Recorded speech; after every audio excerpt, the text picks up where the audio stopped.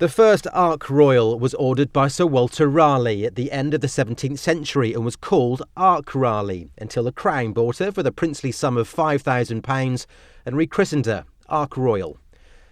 There was then a gap of 3 centuries before the next Ark Royal, which was a merchant ship converted to be a seaplane carrier. The third incarnation was launched in 1938 and was the shortest-lived Ark Royal. She was involved in several illustrious wartime exploits before she was torpedoed in November 1941 within sight of Gibraltar. The fourth Ark Royal was launched in 1950 and was equipped with steam catapults and hosted Gannets, Phantoms and Buccaneers.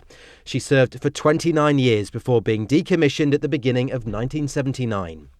The present Ark Royal should have been called HMS Indomitable, but due to the outcry over the demise of her predecessor, she was rechristened Ark Royal. Barely distinguishable, Ark Royal inches into Portsmouth Harbour. For her captain and crew, this is the culmination of an emotional farewell tour of the UK and beyond. For so long for this ship, Portsmouth homecomings have been happy occasions. This one is tinged with sadness. As she draws alongside, she slips into history. Oh dear, I felt very emotional, I have to say. I mean, I was here 25 years ago as a junior officer at the start. I'm here now as a CO at the end. And I suppose a lot of pride and in a way, there's a celebration today. Ark Royal is a consequence of the Strategic Defence and Security Review. For many years from today, the Royal Navy won't have a carrier capable of deploying fixed-wing aircraft, only helicopters from ships like HMS Ocean. We'll be able to deliver a maritime aviation capability from sea until we see the carrier strike capabilities of the Queen Elizabeth class, and we're looking forward to that. Hundreds of well-wishers lined the quayside, many with a tear in their eye. I feel very sad that the ship's going to go.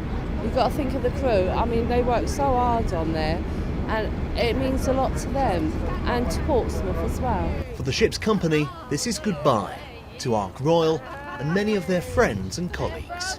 Although homecoming's been pretty sad, a lot of people are going to miss the Ark. A lot of people are getting separated now, different ships, establishments. Ark Royal's the most famous ship in the fleet, probably the most famous ship in the world.